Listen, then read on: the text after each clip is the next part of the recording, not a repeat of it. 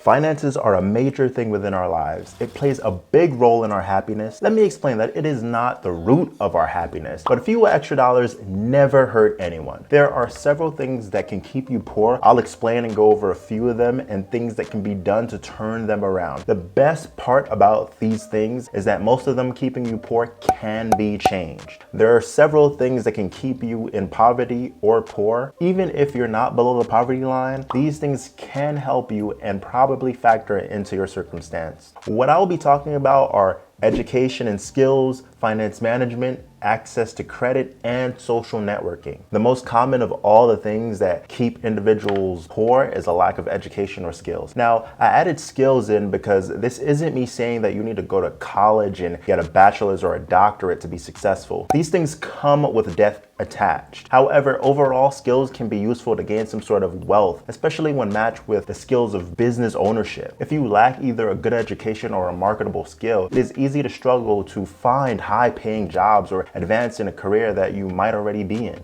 Having access to a high-quality education isn't always available to everyone. This could be due to the cost or socioeconomic status or the area that you are in. However, it doesn't mean that it all ends there. You can still gain an education or develop a skill. Everyone says you should invest, and I agree. The greatest thing you should invest in is yourself first. You can do this with education. Now, there are many ways to get an education or obtain skills if you don't come from a high economic background. This could be through financial aid and grants for funding in terms of attempting to get into higher education, but there are courses, vocational training, and or apprenticeships. Remember, anything that is hard is worth it, especially when success follows the hardship. You know what you don't have to struggle to do though? Hitting the like and subscribe button. It surely helps us out here. Now let's get back to it. Credit is a very undervalued tool to some and an overvalued tool to others. However, when used appropriately, credit can change your life. It can help with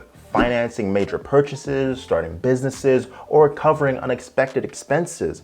But with limited access, you lose out on all of these valuable abilities that are very important. Now, I won't go too deep into why someone might lack good credit. It's obvious. Limited history, a low credit score, or insufficient income to qualify for loans or credit cards are the main ones. Obtaining credit is not impossible. Pay your bills on time and use your active credit responsibly. Again, I shouldn't have to do too much explaining. Now, credit doesn't have to be obtained just from traditional banks. There are other sources like micro lenders or peer-to-peer lending platforms. Before even worrying about credit, gaining financial education is the most important. So when you have a large sum of money and or credit, you know what to do with it and don't end up losing it all or worse with a mountain of debt. The biggest thing, in my opinion, as it associates with everything else that keeps people poor is poor financial management. How you handle your money, yes, your ability to handle money has an effect on your access to credit, your ability to start an emergency fund, which everyone should have, your ability to avoid